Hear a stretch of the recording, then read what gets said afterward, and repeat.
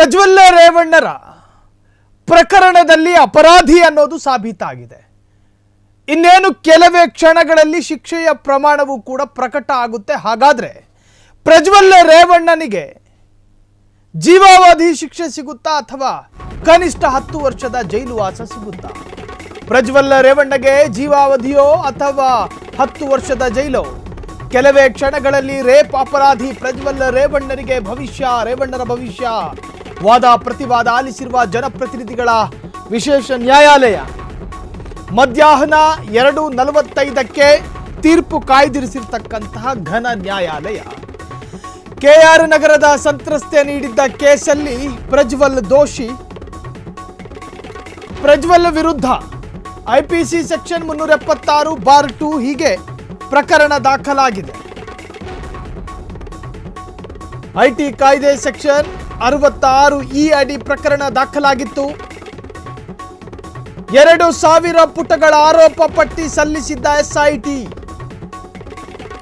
ಪ್ರಜ್ವಲ್ ಅಪರಾಧಿ ಎಂದು ಘೋಷಿಸಿರುವ ನ್ಯಾಯಾಲಯ ಕೆಲವೇ ಹೊತ್ತಲ್ಲಿ ಶಿಕ್ಷೆ ಮತ್ತು ದಂಡದ ಪ್ರಮಾಣ ಪ್ರಕಟ ಆಗುತ್ತೆ. ಇದೀಗ ಕೋರ್ಟ್ ನೀಡಲಿರುವ ತೀರ್ಪಿನತ್ತ ಇಡೀ ದೇಶದ ಜನರ ಚಿತ್ತ ನೆಟ್ಟಿದೆ. 10 ವರ್ಷ ಜೈಲು ವಾಸ ಅಂದ್ರೆ ಸುಲಭದ ಮಾತಲ್ಲ. ಒಂದೇ ಒಂದು ದಿನ ಜೈಲಿನಲ್ಲೂ ಕೂಡ ಸಮಯವನ್ನ ಕಳೆಯೋದಕ್ಕೆ ಸಾಧ್ಯ ಇಲ್ಲ. ನ್ಯಾಯಾಂಗ ಬಂಧನದಲ್ಲಿದ್ದಂತಹ ಸಂದರ್ಭದಲ್ಲಿ ಜೈಲಿನ ಅನೇಕ ನಿಯಮಗಳು ಕೈದಿಗಳಿಗೆ ಅನ್ವಯ ಆಗೋದಿಲ್ಲ. ಅವರ ವ್ಯಕ್ತಿ ಸ್ವಾತಂತ್ರ್ಯಕ್ಕೆ ಅತ್ಯಂತ ಪ್ರಾತಿನಿಧ್ಯವನ್ನ ನ್ಯಾಯಾಂಗ ಬಂಧನದಲ್ಲಿರುವಂತಹ ಸಂದರ್ಭದಲ್ಲಿ ಕೊಡಲಾಗುತ್ತೆ. ಆದರೆ ತೀರ್ಪು ಬಂದ ನಂತರ ಇಂತಿಂತಹ ಕೈದಿಗೆ ಇಷ್ಟು ವರ್ಷ ಜೈಲು ಅಂತ ಆದಾಗ ಆ ಜೈಲು ಶಿಕ್ಷೆಯ ಅವಧಿಯವರೆಗೂ ನ್ಯಾಯಾಂಗ ಬಂಧನದಲ್ಲಿದ್ದಂತಹ ಸಂದರ್ಭದಲ್ಲಿ ಸಿಗ್ತಾ ಇದ್ದ ಅನುಕೂಲಗಳೆಲ್ಲವೂ ಕೂಡ ಸಿಗಬೇಕು ಅಂತ ಏನೂ ಇಲ್ಲ, ಸಿಗದೆ ಹೋಗಬಹುದು. 10 ವರ್ಷ ಜೈಲು ಅನ್ನೋದಕ್ಕಿಂತಲೂ ಒಂದು ಅರ್ಧ ದಿನ ಜೈಲಲ್ಲಿ ಕಳೆಯೋದಕ್ಕೂ ಸಾಧ್ಯ ಇಲ್ಲ. ನಮಗೆ ಹಸಿವಾದಾಗ ಆಹಾರ ಸಿಗಲ್ಲ. ದಿನ ಬೆಳಗಾದ್ರೆ 10 ಗಂಟೆಗೆ ತಿಂಡಿ ಮಾಡೋರು ಕಣ್ಣು ಮುಂದೆ 6:30-7 ಗಂಟೆಗೆ ತಿಂಡಿ ಬಂದು ಬೀಳುತ್ತೆ. ಅಲ್ಲಿ ನಿಮಗೆ ಹಸಿವಿಲ್ದಲೇ ಇದ್ರೂ ತಿನ್ನಬೇಕು. ಇನ್ನು ಬಿಸಿ ಇದೆಯೋ ತಣ್ಣಗಿದೆಯೋ ಅಂತ ನೀವು ನೋಡೋಕ್ಕೂ ಸಾಧ್ಯ ಇಲ್ಲ. ಅವರು ಕೊಟ್ಟ ಆಹಾರವನ್ನು ತಿನ್ನಲೇಬೇಕು. ಮಧ್ಯಾಹ್ನ 11:30-12 ಗಂಟೆಗೆ ಲಂಚ್ ಬರುತ್ತೆ, ತಿನ್ನಬೇಕಾಗುತ್ತೆ. ಕೆಲವೇ ಕ್ಷಣಗಳಲ್ಲಿ ಪ್ರಜ್ವಲ್ ಭವಿಷ್ಯ ನಿರ್ಧಾರ ಆಗುತ್ತೆ. ಇನ್ನೇನು ಕೆಲವೇ ಗಂಟೆಗಳಲ್ಲಿ ಕೋರ್ಟ್ ಹಾಲ್ಗೆ ಎಸ್ಪಿಪಿಗಳ ಆಗಮನ ಆಗಿದೆ. ಇನ್ನೇನು ಕೆಲವೇ ಕ್ಷಣ ಕೋರ್ಟ್ಗೆ ಧಾವಿಸಿದ ಪ್ರಜ್ವಲ್ ಪರ ವಕೀಲೆ. ಕೋರ್ಟ್ನಲ್ಲಿಯೇ ಇರುವಂತಹ ಪ್ರಜ್ವಲ್ ರೇವಣ್ಣ ಅತ್ತಿಂದಿತ್ತ ತಿರುಗಾಡ್ತಾ ಇದ್ದಾರೆ. ಚಿಂತಾಕ್ರಾಂತಕ್ಕೊಳಬಿದ್ದಿದ್ದಾರೆ. ನ್ಯಾಯಮೂರ್ತಿ ಸಂತೋಷ್ ಗಜಾನನ ಭಟ್ ನೀಡಲಿರುವಂತಹ ತೀರ್ಪು ಕೆಲವೇ ಕ್ಷಣಗಳಲ್ಲಿ ಪ್ರಜ್ವಲ್ ಭವಿಷ್ಯ ನಿರ್ಧಾರ ಆಗುತ್ತೆ. ಕೆಲವೇ ಕ್ಷಣ ಕೋರ್ಟ್ ಹಾಲ್ಗೆ ಎಸ್ಪಿಪಿಗಳ ಆಗಮನ ಆಗಿದೆ. ಕೋರ್ಟ್ಗೆ ಧಾವಿಸಿದ ಪ್ರಜ್ವಲ್ ಪರ ವಕೀಲೆ ಪಾರಾಗಬಹುದಾದ ಎಲ್ಲ ಆಯ್ಕೆಗಳು, ಎಲ್ಲ ದ್ವಾರಗಳು ಬಂದಾಗಿದೆ. ಪ್ರಜ್ವಲ್ ತಪ್ಪಿಸಿಕೊಳ್ಳೋದಕ್ಕೆ ಸಾಧ್ಯ ಇಲ್ಲ. ಆದರೆ ಒಂದಷ್ಟು ಕಾನೂನಿನಲ್ಲಿ ಅವಕಾಶಗಳಿದ್ದಾವೆ. ಅದನ್ನು ಹೊರತುಪಡಿಸಿದರೆ ಭಾಗಶಃ ಪಾರಾಗುವ ಬಾಗಿಲು ಬಂದಾಗಿದೆ. ಅಪರಾಧಿಯ ವಾದ ಏನಾಗಿರ್ಬೋದು? ನಾನು ಅತ್ಯಾಚಾರ ಮಾಡಿದ್ದೇನೆ ಎಂದು ಯಾರೂ ಚಕಾರ ಎತ್ತಿಲ್ಲ. ಇದು ಅಪರಾಧಿಯ ವಾದ. ನಾನು ಅತ್ಯಾಚಾರವನ್ನು ಎಸಗಿದ್ದೀನಿ ಅಂತೇಳಿ ಯಾರೂ ಚಕಾರ ಎತ್ತಲಿಲ್ಲ. ನಾನು ಒಮ್ಮೆ ಸಂಸದನಾಗಿ ಕೆಲಸ ಮಾಡಿದ್ದೇನೆ. ಅಂದರೆ ಹಾಸನದ ಸಂಸದನಾಗಿ JDSನಿಂದ ಅವರು ಸಂಸದರಾಗಿದ್ದರು. ಆ ಸಂದರ್ಭದಲ್ಲಿ ಕಾಂಗ್ರೆಸ್ನಲ್ಲಿ ಒಬ್ಬರು DK ಸುರೇಶ್ ಇದ್ದರು. ಇನ್ನು ನಾನು ಅತ್ಯಾಚಾರ ಮಾಡಿದ್ದೇನೆ ಅಂಥೇಳಿ ಯಾರೂ ಚಕಾರ ಎತ್ತಲಿಲ್ಲ. ನನ್ನ ವಿರುದ್ಧ ಆ ತರಹದ ಆರೋಪಗಳಿಲ್ಲ. ಇನ್ನು ಸಂಸದನಾಗಿ ನಾನು ಉತ್ತಮ ಕೆಲಸ ಮಾಡಿದ್ದೇನೆ. ಅಪರಾಧಿ ಆತನ ವಾದ ಅದು. ಸೊ ಹೀಗೆಲ್ಲ ಇದ್ದಾಗ 6 ತಿಂಗಳಿಂದ ತಂದೆ ತಾಯಿಯನ್ನು ನೋಡಿಲ್ಲ. ಅಂದರೆ ಈಗ 14 ತಿಂಗಳಾಯಿತು ಆತ ನ್ಯಾಯಾಂಗ ಬಂಧನದಲ್ಲಿದ್ದು. ಆರಂಭದಲ್ಲಿ ತಂದೆ ತಾಯಿಗಳನ್ನು ನೋಡೋದಕ್ಕೆ ಅವಕಾಶ ಇತ್ತು. ನಾನು ಮೆಕ್ಯಾನಿಕಲ್ ಎಂಜಿನಿಯರಿಂಗ್ ಪದವೀಧರನಾದ ನಾನು ಮೆರಿಟ್ ವಿದ್ಯಾರ್ಥಿ, ನಾನೊಬ್ಬ ಪ್ರಬುದ್ಧ ನಾಗರಿಕ. ಸೊ ಹಾಗಾಗಿ ರಾಜಕೀಯದಲ್ಲಿ ನಾನು ಬೇಗ ಬೆಳೆದಿದ್ದು ನನಗೆ ಮುಳುವಾಯಿತು. JDSಗೆ ಇನ್ನೊಂದು ಹೆಸರು ಕುಟುಂಬ ರಾಜಕಾರಣ ಅಂತ ಹೇಳಿ ವಿರೋಧ ಪಕ್ಷದವರು ಈ ಹಿಂದಿನಿಂದಲೇ ಆರೋಪವನ್ನು ಮಾಡ್ತಾ ಇದ್ರು. ಕಾಂಗ್ರೆಸ್ ವಿರೋಧ ಪಕ್ಷದ ಸ್ಥಾನದಲ್ಲಿದ್ದಾಗ ಮಾಧ್ಯಮಗಳ ವಿರುದ್ಧ ನಾನು ಆರೋಪ ಮಾಡೋದಿಲ್ಲ. ಆರೋಪ ಮಾಡೋದಕ್ಕೆ ಇರೋದೇನು? ಸತ್ಯಾಸತ್ಯತೆಗಳನ್ನು ತೋರಿಸುವ ಭರದಲ್ಲಿ ನಾವು ಸಕಲ ಪ್ರಯತ್ನಗಳನ್ನೂ ಮಾಡಿದ್ದೇವೆ. ನಿಮ್ಮ ಮುಖ ತೋರಿಸಬಾರ್ದು ಅಂತ. ನಿಮ್ಮ ಮುಖ ತೋರಿಸದೇ ಇದ್ದರೆ ಜನಕ್ಕೆ ಯಾಕ್ರೆ ಸುಗಿತಾರೆ ಅಂತ ಹೇಳಿನೇ ತೋರಿಸಿದ್ದು ನಾವು. ನಾನು ಯಾವುದೇ ಅಪರಾಧ ಎಸಗಿಲ್ಲ. ಇದು ಅಪರಾಧಿ ಹೇಳ್ತಾ ಇರೋದು. ನಾನು ಯಾವುದೇ ಅಪರಾಧ ಎಸಗಿಲ್ಲ. ಸೊ ಹಾಗಾಗಿ ನನ್ನ ಮೇಲೆ ಒಂದು ವಿಶೇಷವಾದ ಮಾನವೀಯ ದೃಷ್ಟಿಯನ್ನು ಬೀರಿ ನಾನು ರೇಪ್ ಮಾಡಿಲ್ಲ. ಮತ್ತು ಮಾಡಿದ್ದೇನು ರೇಪ್ ಮಾಡಿಲ್ಲ. ನನ್ನ ವಿರುದ್ಧ ರಾಜಕೀಯ ಪಿತೂರಿ ನಡೆದಿದೆ.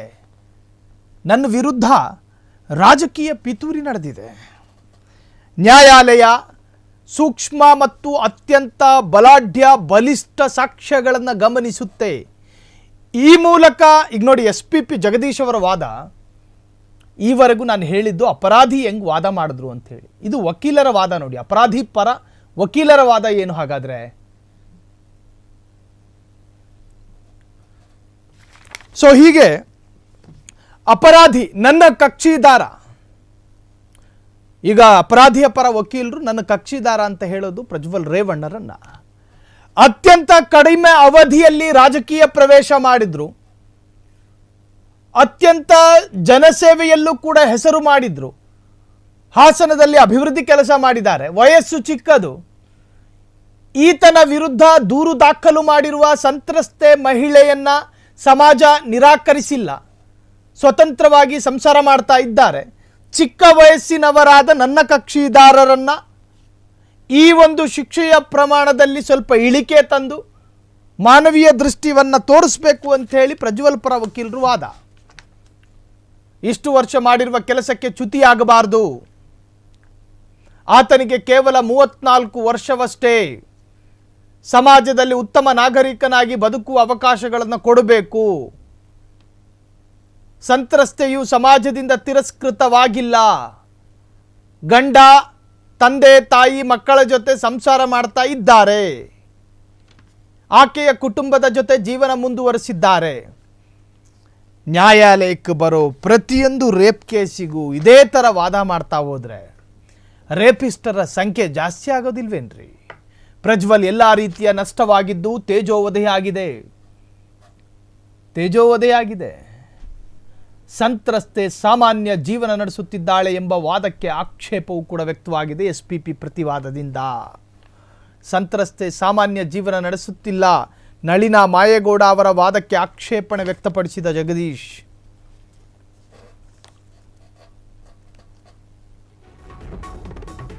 ಈ ರೀತಿಯ ವಾದ ಸರಿಯಲ್ಲ. SPP ಪ್ರತಿವಾದದಲ್ಲಿ ಈ ತರಹದ್ದೊಂದನ್ನು ಉಲ್ಲೇಖ ಮಾಡಿದ್ದಾರೆ. ಈ ರೀತಿಯ ವಾದ ಸರಿಯಲ್ಲ. ಸಂತ್ರಸ್ತೆ ಅಪಾರ ಹಾನಿ ಅನುಭವಿಸಿದ್ದಾರೆ. ಅಪಾರ ಹಾನಿ.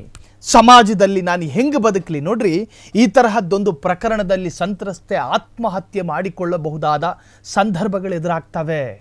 ಸಂತ್ರಸ್ತೆಯ ಜೊತೆ ಈತ ನಾಡಿದ ಕಾಮಕ್ರೀಡೆ ಸ್ವಂತ ಮಕ್ಕಳು ನೋಡಿದ್ರೆ ಎದೆ ಹೊಡ್ಕೊಂಡು ಸಾಯ್ತಾರೆ. ಸಮಾಜ ಏನು ಅನ್ಕೋಬಹುದು, ತನ್ನ ಸ್ವಂತ ಮಕ್ಕಳೇನು ಅನ್ಕೋಬಹುದು, ನನಗೆ ತಾಳಿ ಕಟ್ಟಿದ ಗಂಡ ಏನಂತ ಅನ್ಕೋಬಹುದು ಅಂಥೇಳಿ ಕೊರಗಿ ಚಿಂತೆಗೆ ಈಡಾಗಿರಬಹುದು ಸಂತ್ರಸ್ತೆ. ಅದನ್ನ ಯೋಚನೆ ಯಾಕೆ ಮಾಡಿಲ್ಲ ಪ್ರಜ್ವಲ್ ಪರ ವಕೀಲರು? ಪ್ರತಿವಾದ ಅದು. ಸಂತ್ರಸ್ತೆ ಸಾಮಾನ್ಯವಾಗಿ ಸಂಸಾರ ಮಾಡ್ತಾ ಇಲ್ಲ. ದಿನಂಪ್ರತಿ ಆ ವಿಡಿಯೋದ ಬಗ್ಗೆ ನೆನೆಸಿಕೊಂಡು, ದಿನಂಪ್ರತಿ ಆ ವಿಡಿಯೋವನ್ನ ನೆನಪು ಮಾಡ್ಕೊಂಡು ಕೊರಗಿ ಕಣ್ಣೀರು ಹಾಕ್ತಿರ್ಬೋದು. ಅದನ್ನ ಯಾಕೆ ನೀವು ಅರ್ಥ ಮಾಡ್ಕೊತಾ ಇಲ್ಲ? ನೀವು ಒಂದು ಹೆಣ್ಣಾಗಿ ಸಂತ್ರಸ್ತೆಯ ಬಗ್ಗೆ ಹಂಗೆ ಮಾತನಾಡಬಾರ್ದಾಗಿತ್ತು ಅಂಥೇಳಿ ಪ್ರತಿವಾದ SPP ಕಡೆಯಿಂದ ಪ್ರತಿವಾದ. ನೀನು ಮೆಕ್ಯಾನಿಕಲ್ ಇಂಜಿನಿಯರ್ ಆಗಿದೆಯೋ, MBBS ಮಾಡ್ಕೊಂಡಿದೆಯೋ, ನರ ಸಂಶೋಧನೆ ಮಾಡಿದೆಯೋ, ಆದರೆ ಮಾಡಿರೋ ಕೆಲಸ ಪದವೀಧರನಾಗಿದ್ರೂ ಕೂಡ ಕ್ರೈಮ್ ಮಾಡಬಹುದಾ? ಅಫೆನ್ಸ್ ಮಾಡಬಹುದಾ? ರೇಪ್ ಮಾಡಬಹುದಾ? ಸೊ ಈಗಾಗಲೇ ಇನ್ನೇನು ಕೆಲವೇ ಕ್ಷಣ ಬಾಕಿ ಇರುವಂತಹದ್ದು. ಇನ್ನೇನು ಕೆಲವೇ ಕ್ಷಣಗಳಲ್ಲಿ ಪ್ರಜ್ವಲ್ನ ಶಿಕ್ಷೆಯ ಪ್ರಮಾಣ ಪ್ರಕಟ ಆಗುತ್ತೆ. ಪ್ರಜ್ವಲ್ ರೇವಣ್ಣರಿಗೆ 10 ವರ್ಷ ಜೈಲು ಶಿಕ್ಷೆ ಆಗುತ್ತೋ, ಜೀವಾವಧಿ ಶಿಕ್ಷೆ ಆಗುತ್ತೋ? ನೋಡ್ರಿ, ಜೀವಾವಧಿ ಶಿಕ್ಷೆ ಅನ್ನೋದು ಸುಲಭದ ಮಾತಲ್ಲ. ಅಲ್ಲಿನ ಜೈಲಿನ ನಿಯಮಗಳನ್ನು ಪಾಲಿಸಬೇಕು. ಜುಡಿಷಿಯಲ್ ಕಸ್ಟಡಿಯಲ್ಲಿದ್ದಾಗ ಒಂದಷ್ಟು ಅನುಕೂಲಗಳಿರ್ತಾವೆ ಇವರೆಲ್ಲ ನ್ಯಾಯಾಂಗ ಬಂಧನದಲ್ಲಿದ್ದಾಗ. ಆದರೆ ತೀರ್ಪು ಪ್ರಕಟ ಆಗಿ ಜೈಲಿಗೆ ಕರ್ಕೊಂಡೋದಾಗ ಬಿಳಿ ವಸ್ತ್ರಗಳನ್ನು ಉಡಿಸಲಾಗುತ್ತೆ, ವಾರಕ್ಕೆ 2 ಬಾರಿ ತಲೆ ಕೂದಲುಗಳನ್ನು ತೆಗೆಯಲಾಗುತ್ತೆ. ಜೈಲಾಧಿಕಾರಿಗಳು ತಲೆಯಲ್ಲಿ ಕೂದಲಿಂಗ್ ಹಿಡಿದಾಗ ಅವ್ರು ಮುಷ್ಟಿಗೆ ಸಿಗಬಾರ್ದು, ಆ ಮಟ್ಟಕ್ಕೆ ಅದನ್ನು ಬೋಳಿಸ್ಕೋಬೇಕು. ತಲೆಯಲ್ಲಿರೋ ಕೂದಲು ನಾನು ಸ್ಪೈಕ್ ಬಿಡ್ಕೋತೀನಿ, ನಾನು ಬಹುತಾಲೆ ಬಾಚ್ಕೋತೀನಿ, ನಡೆಯಕ್ಕಿಲ್ಲ. ಅಲ್ಲಿ ಕಟ್ ಮಾಡ್ತಾರೆ. ಅಲ್ಲಿನ ಆಹಾರಗಳು ನಿಮಗೆ ಹಸುವಾಗಿದೆಯೋ ಇಲ್ವೋ ಅಂತೇಳಿ ಜೈಲಾಧಿಕಾರಿಗಳು ನೋಡೋದಿಲ್ಲ. ಅವರ ಜೈಲಿನ ಮ್ಯಾನ್ಯಲ್ನಂತೆ, ಅಲ್ಲಿನ ಜೈಲಿನ ನಿಯಮದಂತೆ ಅವರು ತಂದಿಡ್ತಾರೆ. ಆ ಸಂದರ್ಭದಲ್ಲಿ ನೀವು ದೇಹ ಬಾಧೆಗಳನ್ನು ತೀರಿಸ್ಕೊಂಡು ತಿಂತೀರೋ, ಮುಗಿಸ್ಕೊಂಡು ತಿಂತೀರೋ, ಮುಂಚೆನೇ ತಿಂತೀರೋ, ಅವರು ಕೊಟ್ಟಾಗ ನೀವು ತಿನ್ಕೋಬೇಕು.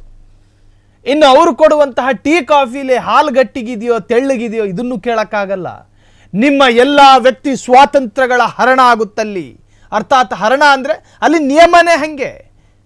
ನೀವು ಯಾವುದೋ ಒಂದು ಸಾಧನೆ ಮಾಡಿ ಹೋಗಿರೋದಲ್ವಲ್ಲ, ನೀವು ಮಾಡಿರುವ ಪಾಪಕೃತ್ಯಕ್ಕೆ ಪಶ್ಚಾತ್ತಾಪ ಪಡಬಹುದಾದ ಒಂದು ಕೇಂದ್ರ ಅದು ಜೈಲು. ಅದಾಯ್ತಾ? ಇನ್ನು ನಿಮ್ಮ ಸೆಲ್ಲುಗಳು, ನಿಮ್ಮ ಬ್ಯಾರಕ್ಗಳ ಶುಚಿತ್ವವನ್ನು ನೀವೇ ಮಾಡ್ಕೋಬೇಕು. ಇಲ್ಲಿ ಪಾಪ ಮನೆ ಕೆಲಸದವರಾದರೂ ಇದ್ರು ತೊಳೆಯೋಕ್ಕೆ ಅಂತ, ಆದರೆ ಆ ಕೆಲಸದವ್ರನ್ನೂ ಬಿಡಲಿಲ್ಲವಲ್ಲ ಮಾರಾಯ ನೀನು. ಅಲ್ಲಿ ನಿಮ್ಮ ಬ್ಯಾರಕ್ಕನ್ನು ನೀವೇ ಶುಚಿ ಮಾಡ್ಕೋಬೇಕು. ಮನೆ ಕೆಲಸದವಳು ನಿಮ್ಮೆಲ್ಲ ನೀವು ಮಲಗೆದ್ದ ಹಾಸಿಗೆಯನ್ನು ಕೂಡ ಪಾಪ ಹೆಣ್ಣುಮಗಳು ಕ್ಲೀನ್ ಮಾಡ್ಕೊಂಡಿದ್ರು. ಎಸ್, ಇನ್ನು ದೇವೇಗೌಡರ ಕುಟುಂಬಕ್ಕೆ ಇಂದು ಬ್ಲ್ಯಾಕ್ ಡೇ, ಕಪ್ಪು ದಿನ. ಪ್ರಜ್ವಲ್ ರೇವಣ್ಣಗೆ ಶಿಕ್ಷೆ ಪ್ರಕಟಿಸಲಿರುವಂತಹ ಘನ ನ್ಯಾಯಾಲಯ. ಇನ್ನು ಕೆಲವು ಕ್ಷಣ ತೀರ್ಪು ಪ್ರಕಟ ಆಗುತ್ತೆ. ಪದ್ಮನಾಭನಗರದಲ್ಲಿ ಮ್ಯಾಗಝಿನ್ ಓದ್ಕೊಂಡು ಕೂತ್ಕೊತಾ ಇರುವಂತಹ ಪ್ರಧಾನಿ ಪಾಪ ಈ ವಯಸ್ಸಲ್ಲೂ ಈ ತರಹದ್ದೊಂದು ತೀರ್ಪನ್ನ ಕೇಳಬೇಕಾದ ಪರಿಸ್ಥಿತಿಗೆ ಬಂದಾರಲ್ಲ. ಢವಢವ ಎಲ್ಲರಲ್ಲೂ ಆತಂಕ. ಏನಾಗಬಹುದು? ಜೀವಾವಧಿನ 10 ವರ್ಷನ? ದೇವೇಗೌಡರ ಕುಟುಂಬಕ್ಕೆ ಇಂದು ಬ್ಲ್ಯಾಕ್ ಡೇ. ದೇವೇಗೌಡರ ಕುಟುಂಬಕ್ಕೆ ಪ್ರಜ್ವಲ್ ರೇವಣ್ಣಗೆ ಶಿಕ್ಷೆ ಪ್ರಕಟಿಸಲಿರುವಂತಹ ಕೋರ್ಟ್. ಇನ್ನು ಕೆಲವು ಕ್ಷಣ ತೀರ್ಪು ಪ್ರಕಟ. ಕೆಲವು ಕ್ಷಣ ಕೋರ್ಟ್ಗೆ ಆಗಮಿಸಿ ನ್ಯಾಯಾಧೀಶ ಸಂತೋಷ್ ಗಜಾನನ ಭಟ್ ಈಗಾಗಲೇ ಆಗಮಿಸಿದ್ದಾರೆ. ಪ್ರಜ್ವಲ್ ರೇವಣ್ಣಗೆ ಜೀವಾವಧಿಯೋ 10 ವರ್ಷ ಜೈಲು. ಪಾಪ ಮಾಜಿ ಪ್ರಧಾನಿ ದೇವೇಗೌಡರು ಕರ್ನಾಟಕದ ಮುಖ್ಯಮಂತ್ರಿ ಆಗಿದ್ರು. ಆ ಕಾಲಘಟ್ಟದಲ್ಲಿ ಕರ್ನಾಟಕ ಸರ್ಕಾರದ ಸಚಿವ ಸಂಪುಟದ ಮಿನಿಸ್ಟರ್ ಆಗಿದ್ರು. ಅದಾದ ನಂತರ ಎಷ್ಟೋ ವರ್ಷ ಶಾಸಕರು, ಅದಾದ ನಂತರ ದೇಶದ ಪ್ರಧಾನಿ. ಆದರೂ ಕೂಡ ಒಂದೇ ಒಂದು ಕಪ್ಪು ಚುಕ್ಕೆಗಳು ಅವರ ಅಧಿಕಾರ ಅವಧಿಯಲ್ಲಾಗಲಿ ಅಥವಾ ಅವರ ಸಾಂಸಾರಿಕ ಜೀವನದಲ್ಲಾಗಲಿ ಅಥವಾ ಅವರ ಸಾಮಾಜಿಕ ಕ್ಷೇತ್ರದಲ್ಲಾಗಲಿ, ಹೆಣ್ಣಿನ ಬಗ್ಗೆ ಆಗಲಿ ಅಥವಾ ಬೇರೆ ಬೇರೆ ತರಹದ ಆರೋಪಗಳು ಅವ್ರ ಮೇಲೆ ಇರಲಿಲ್ಲ. ಕುಮಾರಸ್ವಾಮಿ ಅಂತೂ ಬಿಡಿ, ಅವರ ಮೇಲೂ ಕೂಡ ಸಾಕಷ್ಟು ಆರೋಪಗಳು ಕೇಳಿಬಂದಿತ್ತು. ಒಂದಲ್ಲ 2 ಮದುವೆ ಬೇಕಿತ್ತ ಪುಣ್ಯಾತ್ಮನಿಗೆ ಅಂತೇಳಿ ಸಾಕಷ್ಟು ಆರೋಪಗಳಿತ್ತು. ಮಕ್ಕಳೆಲ್ಲ ದೊಡ್ಡವರಾಗವ್ರೆ, ಭುಜದೆತ್ತರಕ್ಕೆ ಬೆಳೆದಿರೋ ಮಕ್ಕಳ ಮುಂದೆನೇ 2ನೇ ಮದುವೆ ಬೇಕಿತ್ತ ಕುಮಾರಸ್ವಾಮಿ ಅವರಿಗೆ? ಈ ತರಹದ ಆರೋಪಗಳು ಕೂಡ ಅವರ ವಿರುದ್ಧ ಕೇಳಿಬಂದಿತ್ತು. ರೇವಣ್ಣನ ವಿಚಾರದಲ್ಲಿ ಹಾಲಿ ಸಚಿವರಾಗಿದ್ದವರು, ಅನೇಕ ಬಾರಿ ಶಾಸಕರಾಗಿದ್ದವರು, ಬೇರೆ ಬೇರೆ ತರಹದಲ್ಲಿ KMFನ ಅಧ್ಯಕ್ಷರಾಗಿದ್ದಾಗಲೂ ಕೂಡ ಒಂದಷ್ಟು ಸ್ಥಳೀಯವಾದ ಆರೋಪಗಳು ಕೇಳಿ ಬಂದಿತ್ತೇ ಹೊರತಾಗಿ, ಅದಾದ ನಂತರ ಕಿಡ್ನಾಪ್ ಪ್ರಕರಣ, ಸೂರಜ್ ರೇವಣ್ಣ ಈಗ MLC ಆಗಿದ್ದಾರೆ. ಆ ಪುಣ್ಯಾತ್ಮ ಪಂಪ್ಸೆಟ್ಟಿರೋ ಜಾಗಕ್ಕೆ ಅದ್ಯಾವುದೋ ಮೀಸೆ ಬರ್ದಲ್ಲೇ ಇರೋ ಹುಡುಗನ ಕರೆದು ಅದೊಂದು ಆರೋಪ ಹೊತ್ಕೊಂಡು, ಆರೋಪ ಇದು, ನಾನಿನ್ನು ಅವರದ್ದೇನು ಇನ್ನೂ ಕೂಡ ನ್ಯಾಯಾಲಯದ ಅಂಗಳದಲ್ಲೇ ಇದೆ ಆ ಪ್ರಕರಣ. ಮೀಸೆ ಬರ್ದಲ್ಲೇ ಇರೋ ಹುಡುಗನ್ನ ಪಂಪ್ಸೆಟ್ ಹತ್ರ ಕರೆದು ಅದೇನೋ ಕಿವಿ ಗುಟ್ಟು ಹೇಳ್ತೀನಿ ಅಂತೇಳಿ ನರಳಾಡಿದ್ರಂತೆ. ಸೊ ಆ ಪ್ರಕರಣದ ಆರೋಪ ಅವ್ರ ಮೇಲಿದೆ. ಆದರೆ ದೇವೇಗೌಡರು ಈ ತರಹದ ಅಸೂಕ್ಷ್ಮತೆಯನ್ನ ಮೈಗಂಟಿಕೊಳ್ಳಲಿಲ್ಲ. ಹೊಸ ದಾಖಲೆ ಬರೆದಿರುವ ಬೆಂಗಳೂರಿನ ಜನಪ್ರತಿನಿಧಿಗಳ ಕೋರ್ಟ್, ಹೊಸ ದಾಖಲೆ ಇದು. ಪ್ರಕರಣ ದಾಖಲಾದ 7 ತಿಂಗಳಲ್ಲಿ ವಿಚಾರಣೆ ಪೂರ್ಣ. ಕೆಲವೊಂದು ಪ್ರಕರಣಗಳಲ್ಲಿ 18-20 ವರ್ಷ ತಗಲುತ್ತೆ. ನ್ಯಾಯಾಧೀಶ ಸಂತೋಷ್ ಗಜಾನನ ಭಟ್ ಅವರಿಂದ ದಾಖಲೆ ಇದು. ಹೈ ಪ್ರೊಫೈಲ್ ಕೇಸಲ್ಲಿ ವರ್ಷದೊಳಗೆ ತೀರ್ಪು ನೀಡಿದ ಘನ ನ್ಯಾಯಾಧೀಶ. ಇದೀಗ ಶಿಕ್ಷೆಯ ಪ್ರಮಾಣ ಪ್ರಕಟಿಸಲಿರುವ ಜನಪ್ರತಿನಿಧಿಗಳ ನ್ಯಾಯಾಲಯ. ಪ್ರಜ್ವಲ್ ರೇವಣ್ಣಗೆ ಜೀವಾವಧಿಯೋ 10 ವರ್ಷ ಜೈಲು. ಹೊಸ ದಾಖಲೆ ಬರೆದಿರುವ ಬೆಂಗಳೂರಿನ ಜನಪ್ರತಿನಿಧಿಗಳ ಕೋರ್ಟ್. ಈ ಅತ್ಯಾಚಾರ ಪ್ರಕರಣಗಳು ಅಷ್ಟು ಈಸಿಯಾಗಿ ಶಿಕ್ಷೆ ಪ್ರಮಾಣ ಪ್ರಕಟ ಆಗೋದಿಲ್ಲ. ನೀವು ಮಾಲೆಗಾಂವ್ ಸ್ಫೋಟ ಅದನ್ನೇ ಗಮನಿಸಿ, 18 ವರ್ಷ ಬೇಕಾಯಿತು. ಆದರೂ ಕೂಡ ಅದರ ಪ್ರಮುಖ ಆರೋಪಿ ಪ್ರಜ್ಞಾ ಆಕೆ 5-6 ವರ್ಷ ಜೈಲಲ್ಲಿದ್ಲು ವಿಚಾರಣಾಧೀನ ಕೈದಿಯಾಗಿ. ಸೊ ಆದರೂ ಕೂಡ ಆ ಪ್ರಕರಣದ ತೀರ್ಪು ಬರುವಾಗ 18 ವರ್ಷ ಆಯಿತು. ಸೊ ಒಂದು ಹೈ ಪ್ರೊಫೈಲ್ ಪ್ರಕರಣ ಅಥವಾ ಹೈ ವೋಲ್ಟೇಜ್ ಪ್ರಕರಣ ಆದಷ್ಟು ಇನ್ಸ್ಟಂಟ್ ಆಗಿ ತೀರ್ಪು ಬರುತ್ತೆ ಅನ್ನುವುದಾದ್ರೆ ಅದು ಕರ್ನಾಟಕದ ಕೋರ್ಟ್ನ ಈ ಒಂದು ತೀರ್ಪು. ಇದು ದಾಖಲೆ ಬರೆದಿರ್ತಕ್ಕಂತಹದ್ದಿದು. ನಾನು ಹೇಳ್ತಾ ಇದ್ದೆ, ದೇವೇಗೌಡರ ಇತಿಹಾಸದಲ್ಲಿ ಈ ತರಹದೊಂದು ಕಪ್ಪು ಚುಕ್ಕೆ ಆ ಮನುಷ್ಯ ಅಂಟಿಸಿಕೊಳ್ಳಲಿಲ್ಲ.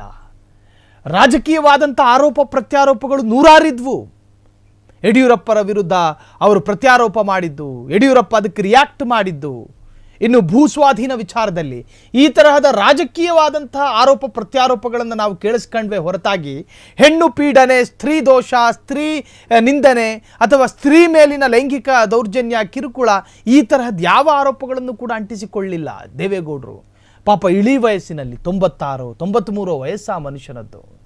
ಮೊಮ್ಮಕ್ಕಳ ಸಾಧನೆ ನೋಡಿ ಆ ಅರಮನೆಯ ಅವರ ಬೆಡ್ರೂಮ್ನಲ್ಲಿ ಕೂತ್ಕೊಂಡು ಸಂತಸ ಪಡಬೇಕಾದಂಥ ವಯಸ್ಸಿದು.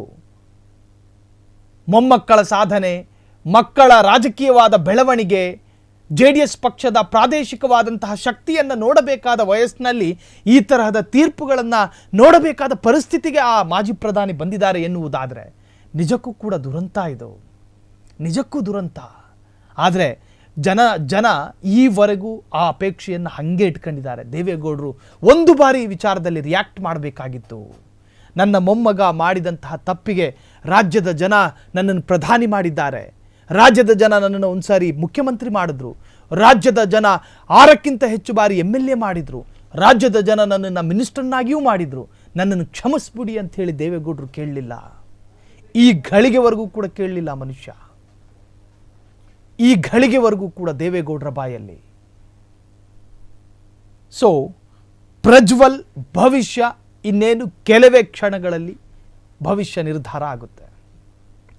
ಜೀವಾವಧಿ ಶಿಕ್ಷೆನೋ, 10 ವರ್ಷದ ಜೈಲು ಶಿಕ್ಷೆನೋ, 7 ವರ್ಷದ ಕನಿಷ್ಠ ಶಿಕ್ಷೆನೋ, 34 ವರ್ಷ ಈ ಪುಣ್ಯಾತ್ಮನಿಗೆ. ಇನ್ನು 10 ವರ್ಷ ಕಳೆದೇನಾದರೂ ಬಂದರೆ 44 ವರ್ಷ. ತನ್ನ ಯೌವನ, ತನ್ನ ತಾರುಣ್ಯ ಜೀವನ ಎಲ್ಲವೂ ಕೂಡ ಕಳೆದು ಹೋಗಿರುತ್ತೆ. ಜೀವಾವಧಿ ಶಿಕ್ಷೆ ಅನ್ನೋದು ಹೂವಿನ ಹಾಸಿಗೆ ಖಂಡಿತ ಅಲ್ಲ. ಕಾರಾಗೃಹದ ನಿಯಮಗಳನ್ನು ಪಾಲಿಸಬೇಕು, ತನ್ನ ಶೌಚಾಲಯವನ್ನು ತಾನೇ ಶುದ್ಧೀಕರಿಸಬೇಕು, ಸಹ ಕೈದಿಗಳ ಜೊತೆ ಫ್ಲೆಕ್ಸಿಬಲ್ ಆಗಿರಬೇಕು. ಇನ್ನೇನಾದರೂ ಇವನ್ನ ಸಾಮಾನ್ಯ ರೌಡಿಗಳ ಬ್ಯಾರಕ್ಕಿಗೇನಾದರೂ ಹಾಕಿದ್ರೆ ಅವರ ಪೀಡನೆಗಳನ್ನು ಹೆಂಗೆ ಸಹಿಸ್ಕಾತವನು ಪುಣ್ಯಾತ್ಮ. ಹೆಣ್ಮಕ್ಳಿರೋದಿಲ್ಲ, ಗಂಡು ಮಕ್ಕಳ ಕೈದಿ ಸೆಲ್ಲಿರುತ್ತೆ. ಎಸ್, ಹಾಗಾದರೆ ಪ್ರಜ್ವಲ್ ರೇವಣ್ಣರ ಭವಿಷ್ಯ ನಿರ್ಧಾರ ಆಗೋದಕ್ಕೆ ಇನ್ನೇನು ಕೆಲವೇ ಕ್ಷಣಗಳು ಮಾತ್ರ ಬಾಕಿ ಇದ್ದಾವೆ. ಕಟ್ಟ ಕಡೆಯದಾಗಿ ಪ್ರಜ್ವಲ್ ರೇವಣ್ಣರ ಮುಖ ಹೇಗಿದೆ ಅಂತ ಕೇಳಿದ್ರೆ ಚಿಂತಾಕ್ರಾಂತನಾದಂತೆ, 10 ಕೋಟಿಯ ಉದ್ಯಮ ಲಾಸ್ ಆದವರ ಹಾಗೆ, ಎಲ್ಲವನ್ನೂ ಕಳೆದುಕೊಂಡ ಅಸಹಾಯಕನ ಹಾಗೆ ಭಾಸವಾಗ್ತಾ ಇದೆ ಅನ್ನೋ ತರಹ ನಮ್ಮ ಭ್ರಮೆಗೆ ಬರುತ್ತೀಗ, ನಮ್ಮ ಕಲ್ಪನೆಗೆ ಬರೋದು. ಕೆಲವೇ ಕ್ಷಣಗಳಲ್ಲಿ ಪ್ರಜ್ವಲ್ಗೆ ಶಿಕ್ಷೆಯ ಪ್ರಮಾಣ ಪ್ರಕಟ ಆಗುತ್ತೆ. ದಾಖಲೆ ಬರೆದಿರುವಂತಹ ಒಂದು ಶಿಕ್ಷೆಯ ಪ್ರಮಾಣ ಅದು. ವಾದ ಪ್ರತಿವಾದದ ಮತ್ತಷ್ಟು ಮಾಹಿತಿ ಫ್ರೀಡಂ ಟಿವಿಯಲ್ಲಿ. ವಿಶೇಷ ಸರ್ಕಾರಿ ಅಭಿಯೋಜಕ ಅಶೋಕ್ ನಾಯಕ್ ವಾದ. ಅತ್ಯಂತ ಎಳೆಯ ವಯಸ್ಸಿನಲ್ಲಿ ಸಂಸದರಾಗಿ ಆಯ್ಕೆಯಾಗಿದ್ದ ಪ್ರಜ್ವಲ್ ರೇವಣ್ಣ ಹಾಸನದ ಸಂಸದರಾಗಿದ್ರು. ಪ್ರಜ್ವಲ್ ರೇವಣ್ಣ ಎಸಗಿರುವ ಕೃತ್ಯ ಅತ್ಯಂತ ಹೀನಾತಿಹೀನ ಕೃತ್ಯ. ಪ್ರಜ್ವಲ್ಗೆ ದುಬಾರಿ ದಂಡ ಮತ್ತು ಕಠಿಣ ಶಿಕ್ಷೆ ವಿಧಿಸಬೇಕು. ಅದರಲ್ಲಿ ಯಾವುದೇ ಮುಲಾಜಿಟ್ಕಬಾರದು. ದಂಡದ ಪೈಕಿ ಹೆಚ್ಚಿನ ಮೊತ್ತವನ್ನ ಸಂತ್ರಸ್ತೆಗೆ ಪರಿಹಾರವಾಗಿ ನೀಡಬೇಕು. ಕೆಲವು ಕ್ಷಣ ಮಾತ್ರ ಬಾಕಿ ಪ್ರಜ್ವಲ್ಗೆ ಶಿಕ್ಷೆಯ ಪ್ರಮಾಣ ಪ್ರಕಟ ಆಗೋದಕ್ಕೆ. ಆ ಕೊನೆಯ ಸಾಲು ಇಡೀ ರಾಜ್ಯವನ್ನು ಆಕರ್ಷಿಸುತ್ತೆ. ಪಾಪ ಹೆಣ್ಣುಮಕ್ಕಳು ಸಂತ್ರಸ್ತೆ. ಅಶೋಕ್ ನಾಯಕರ ವಾದ ಇದು. ವಿಶೇಷ ಸರ್ಕಾರಿ ಅಭಿಯೋಜಕರು ಇವರ ವಾದ ಅತ್ಯಂತ ಗಂಭೀರವಾಗಿರುತ್ತೆ, ಜೊತೆಗೆ ಪ್ರಬುದ್ಧವಾಗಿರುತ್ತೆ. ನಾವು ಸಾಕಷ್ಟು ಗಮನಿಸಿದ್ದೀವಿ. ಅವರು ಹೇಳಿದ ಕೊನೆಯ ಸಾಲಿದೆಯಲ್ಲ, ಸಂತ್ರಸ್ತೆಗೆ ಆ ಪರಿಹಾರದ ದಂಡದ ಹಣ ಇದೆಯಲ್ಲ, ಸಂತ್ರಸ್ತೆಗೆ ಹೋಗಬೇಕು. ಆಕೆ ಪಟ್ಟ ಆ ವೇದನೆ, ಸಾಮಾಜಿಕವಾಗಿ ಆಕೆ ಪಟ್ಟಂತಹ ಸಾಮಾಜಿಕವಾದಂತಹ ನಿರಾಕರಣೆ, ಒಂದು ಹೆಣ್ಣು ಮಗಳಿಗೆ ಹಂಗೆ ಆಗಬಾರ್ದು. ಯತ್ರ ನಾರ್ಯಸ್ತು ಪೂಜಂತೆ ರಮಂತೆ ತತ್ರ ದೇವತಾ. ಹೆಣ್ಣು ಮಕ್ಕಳು ಎಲ್ಲಿ ಪ್ರತ್ಯಕ್ಷ ಪಡ್ತಾರೋ ಅಲ್ಲಿ ದೇವತೆಗಳಿರ್ತಾವೆ ಅನ್ನೋ ನಂಬಿಕೆ ಇರೋ ನಾಡಿದು. ಆ ಹೆಣ್ಣಿನ ಮೇಲಾದಂತಹ ದೌರ್ಜನ್ಯ ನೋಡಿ. ತೀರ್ಪು ಪ್ರಕಟ ಆಗಿದೆ, ಆತ ಅಪರಾಧಿ ಆಗಿದ್ದಾನೆ ಅನ್ನೋ ತೀರ್ಪು ಬಂದಿರೋದ್ರಿಂದ ಹೇಳ್ತಾ ಇದ್ದೀನಿ. ಆತನೀಗ ಅಪರಾಧಿ, ಆತ ಆರೋಪಿ ಅಲ್ಲ, ಆತ ಅತ್ಯಾಚಾರಿ, ರೇಪಿಸ್ಟು. ಆತನೊಬ್ಬ ಸ್ತ್ರೀ ಪೀಡಕ, ಆತನೊಬ್ಬ ಸ್ತ್ರೀ ನಿಂದಕ, ಆತನೊಬ್ಬ ರೇಪಿಸ್ಟ್. ಆತನ ಮೇಲೆ ಯಾವ ಮಾನವೀಯ ದೃಷ್ಟಿಗಳು ಕೂಡ ಬೀರಬಾರದು. ಸಂತ್ರಸ್ತೆಗೆ ಆತನಿಂದ ತೆಗೆಯಲಾದ ದಂಡಗಳನ್ನು ಆಕೆ ಕೊಡಬೇಕು. ಆಕೆ ಪಟ್ಟಂತಹ ನೋವುಗಳೆಷ್ಟು ಸಾಮಾಜಿಕವಾಗಿ. ಎಲ್ಲರಂತೆ ನಡ್ಕೊಂಡು ಸಂತೆಗೆ ಹೋಗೋಕ್ಕಾಗುತ್ತಾ ಹೆಣ್ಣುಮಗಳಿಗೆ? ಎಲ್ಲರಂತೆ ನಡ್ಕೊಂಡು ಪಡಿತರ ಅಂಗಡಿಗೆ ಹೋಗೋಕ್ಕಾಗುತ್ತಾ? ಎಲ್ಲರಂತೆ ಮೆಡಿಕಲ್ಗೆ ಹೋಗೋಕ್ಕಾಗುತ್ತಾ ಆಕೆಗೆ? ಎಲ್ಲರಂತೆ ಬಹಿರಂಗವಾಗಿ ಓಡಾಡೋದಕ್ಕಾಗುತ್ತಾ? ಅಕ್ಕ ನಿಮ್ದೊಂದು ವಿಡಿಯೋ ನೋಡಿದ್ದೀವಿ ಅಂತ ಯಾರಾದ್ರೂ ಹೇಳ್ಬಿಟ್ರೆ ಸಾಧ್ಯ ಇಲ್ಲ. ಪ್ರಜ್ವಲ್ ಪರ ವಕೀಲರು ಹೇಳ್ತಾರೆ ಒಂದು ಕಡೆ, ಆಕೆ ಎಲ್ಲರಂತೆ ಸ್ವತಂತ್ರವಾಗಿ ಬದುಕ್ತಿದ್ದಾರೆ ಅಂತ. ಕೆಲವೇ ಕ್ಷಣಗಳಲ್ಲಿ ಪ್ರಜ್ವಲ್ಗೆ ಶಿಕ್ಷೆಯ ಪ್ರಮಾಣ ಪ್ರಕಟ ಆಗುತ್ತೆ. ಇನ್ನೇನು ಕೆಲವೇ ಕ್ಷಣದಲ್ಲಿ ವಾದ ಪ್ರತಿವಾದದ ಮತ್ತಷ್ಟು ಮಾಹಿತಿ ಫ್ರೀಡಂ ಟಿವಿಯಲ್ಲಿ. ಪ್ರತಿಯೊಂದು ಇಂಚಿಂಚು ಮಾಹಿತಿ.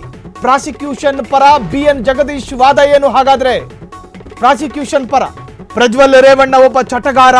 ನೋಡಿ ಪದಪ್ರಯೋಗ ಇದೆಯಲ್ಲ, ಕಥೆ ಹೇಳ್ತಾ ಇದೆ. ಚಟಗಾರ, ಜೀವನೋಪಾಯಕ್ಕಾಗಿ ಮನೆ ಕೆಲಸಕ್ಕೆ ಸೇರಿದ್ದ ಅನಕ್ಷರಸ್ತೆ ಹೆಣ್ಣು ಮಗಳು. ಪಾಪ ಅನಕ್ಷರಸ್ತೆಯ ಮೇಲೆ ಪ್ರಜ್ವಲ್ ಪದೇ ಪದೇ ಅತ್ಯಾಚಾರ ಮಾಡಿದ್ದ.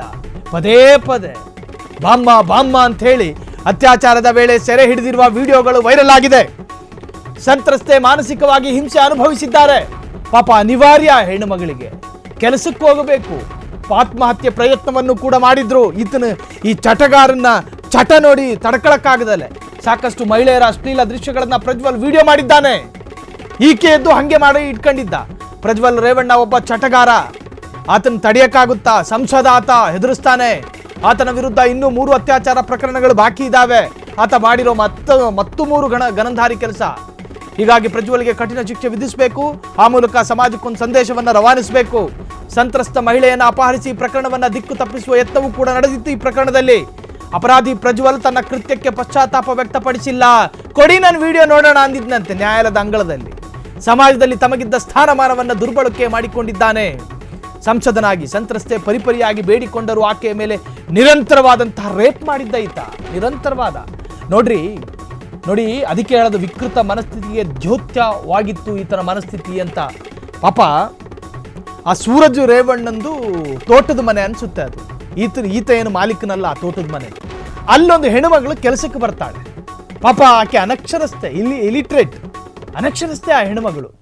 ಪಾಪ ಆಕೆಗೆ ಕೆಲಸ ಬೇಕು. ಮಿನಿಸ್ಟ್ರು ಕುಟುಂಬದ ತೋಟದ ಮನೇಲಿ ಕೆಲಸ ಅನ್ನೋದೇ ಒಂಥರದ ಕೀರ್ತಿ.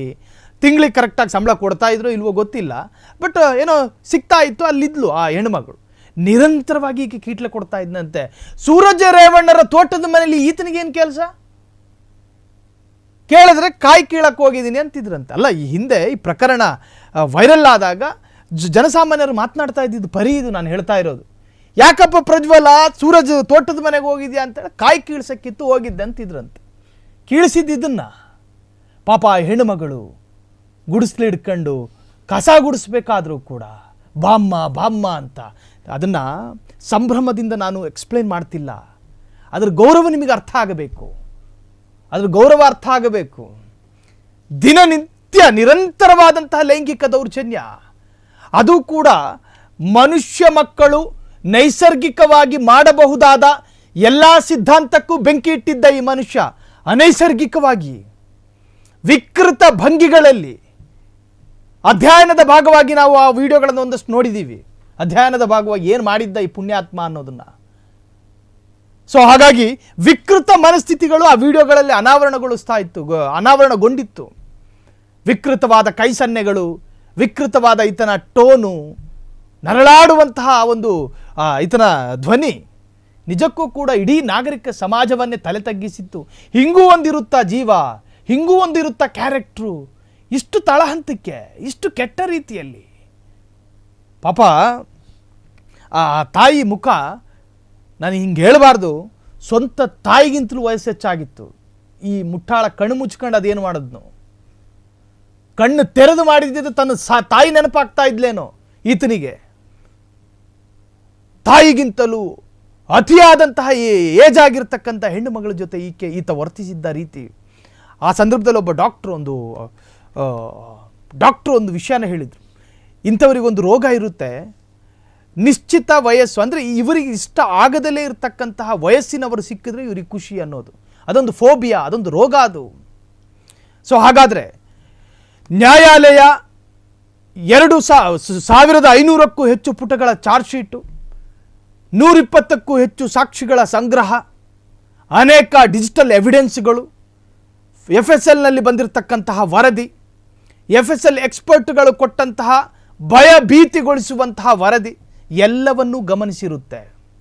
ಈ ಹಿಂದೆ ಅನೇಕ ಅತ್ಯಾಚಾರ ಪ್ರಕರಣಗಳನ್ನು ನಾವು ಕಂಡಿದ್ದೀವಿ. 10 ವರ್ಷ ಕಳೆದ ನಂತರ ಜಡ್ಜ್ಮೆಂಟ್ ಬಂದಿರೋದನ್ನು ನೋಡಿದ್ದೀವಿ. ಕೆಲವೊಂದು ಪ್ರಕರಣಗಳು 20 ವರ್ಷಗಳೆಲ್ಲ ಕಳೆದಿದ್ದಾವೆ. ಇನ್ನೂ ಕೆಲ ಪ್ರಕರಣಗಳು ಸಿ ರಿಪೋರ್ಟ್ ಆಗಿದೆ, ಆರೋಪಿ ಸಿಗಲಿಲ್ಲ, ಅದು ಖಲಾಸ್ ಠುಸ್ ಆಗಿತ್ತು. ಆದರೆ ಈ ಪ್ರಕರಣ ಅತ್ಯಂತ ಇನ್ಸ್ಟೆಂಟ್ ಆಗಿ ವೇಗ ತೀರ್ಪು ಅಂತ ಹೇಳ್ತಾವಲ್ಲ, ಅದೇ ತರಹದ ತೀರ್ಪಿದು. ಇನ್ನು ಕೆಲವೇ ಹೊತ್ತಲ್ಲಿ ಶಿಕ್ಷೆಯ ಪ್ರಮಾಣ ಪ್ರಕಟ ಆಗುತ್ತೆ. ಆತನಿಗೆ ಜೀವಾವಧಿ ಆಗುತ್ತೋ, 10 ವರ್ಷದ ಜೈಲು ಶಿಕ್ಷೆಯಾಗುತ್ತೋ, 3 ವರ್ಷದ ಶಿಕ್ಷೆಯಾಗುತ್ತೋ, ಇನ್ನು ಕೆಲ ಕ್ಷಣಗಳಲ್ಲಿ ಆ ತೀರ್ಪು ಪ್ರಕಟ ಆಗುತ್ತೆ. ಸೊ ಪ್ರಜ್ವಲ್ಲ ರೇವಣ್ಣರಿಗೆ ಜೀವಾವಧಿನ ಅಥವಾ ಜೈಲು ಶಿಕ್ಷೆನ, 10 ವರ್ಷದ ಶಿಕ್ಷೆನ? ಕ್ಷಣ ಕ್ಷಣದ ಸುದ್ದಿಗಳಿಗಾಗಿ ಫ್ರೀಡಂ ಟಿವಿ ಸಬ್ಸ್ಕ್ರೈಬ್ ಮಾಡಿ, ಲೈಕ್ ಮಾಡಿ ಹಾಗೂ ಫಾಲೋ ಮಾಡಿ. ಹೊಸ ಸುದ್ದಿಗಳ ನೋಟಿಫಿಕೇಶನ್ಗಾಗಿ ಬೆಲ್ ಐಕಾನ್ ಮೇಲೆ ಕ್ಲಿಕ್ ಮಾಡಿ.